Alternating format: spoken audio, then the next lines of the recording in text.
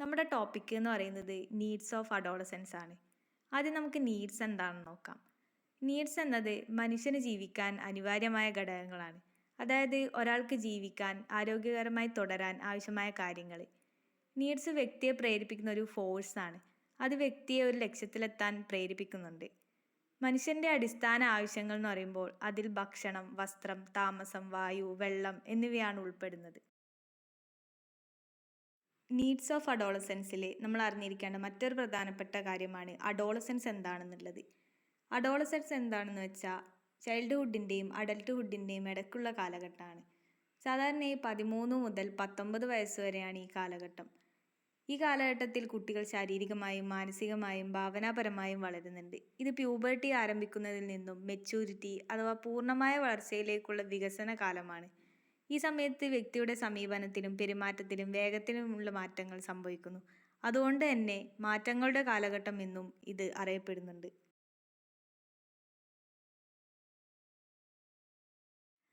അടുത്തത് needs of adolescence ആണ്.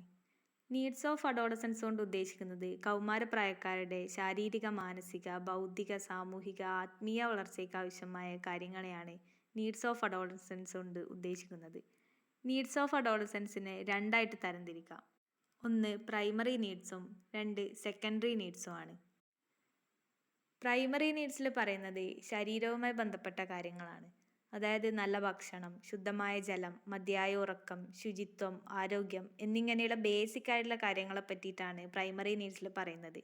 ഇത് വ്യക്തിയുടെ ശാരീരിക വളർച്ചയ്ക്കും ആരോഗ്യമുള്ള ജീവിതത്തിനും ആവശ്യമാണ്.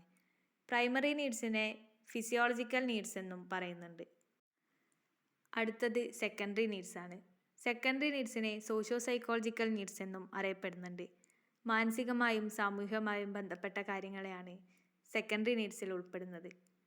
ഉദാഹരണത്തിന് പറയുകയാണെങ്കിൽ കൗമാരപ്രായക്കാർക്ക് സമൂഹത്തിൽ അംഗീകാരവും സ്നേഹവും ലഭിക്കണമെന്ന ആഗ്രഹം ഉണ്ടാവും. അപ്പോൾ അത്തരത്തിലുള്ള കാര്യങ്ങളെയൊക്കെ ഉൾപ്പെടുന്നത് സെക്കൻഡറി നീഡ്സിലാണ്. അടുത്തതായി സെക്കൻഡറി നീഡ്സിൽ തന്നെയുള്ള ഇമ്പോർട്ടൻറ്റ് സോഷ്യോ സൈക്കോളജിക്കൽ നീഡ്സ് എന്തൊക്കെയാണെന്ന് നോക്കാം.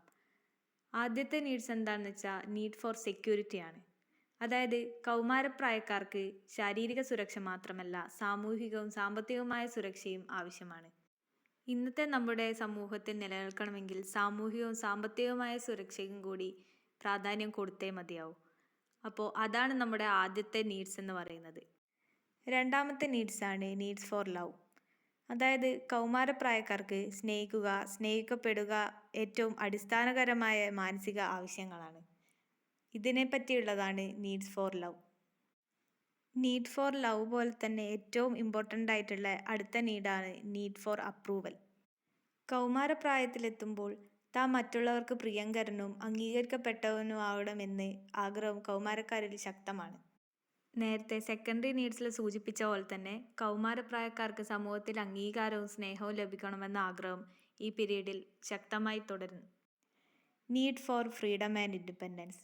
ഈ പ്രായത്തിൽ കുട്ടികൾ മാതാപിതാക്കളുടെ നിയന്ത്രണത്തിൽ നിന്നും വിട്ട് സ്വയം തീരുമാനങ്ങൾ എടുക്കാൻ ആഗ്രഹിക്കുന്നു. ഇങ്ങനെയുള്ള എടുത്തുചാട്ടങ്ങൾ ചിലപ്പോഴൊക്കെ അപകടങ്ങൾ വരുത്തിവെക്കുന്നു. Need for self expression and achievement. കൗമാരക്കാർ തൻ്റേതായ കഴിവുകൾ പ്രകടിപ്പിച്ച് നേട്ടങ്ങൾ കൈവരിക്കാൻ ആഗ്രഹിക്കുന്നു. ഇതിലൂടെ സെൽഫ് അച്ചീവ്മെൻറ്റിന് സഹായിക്കുന്നു.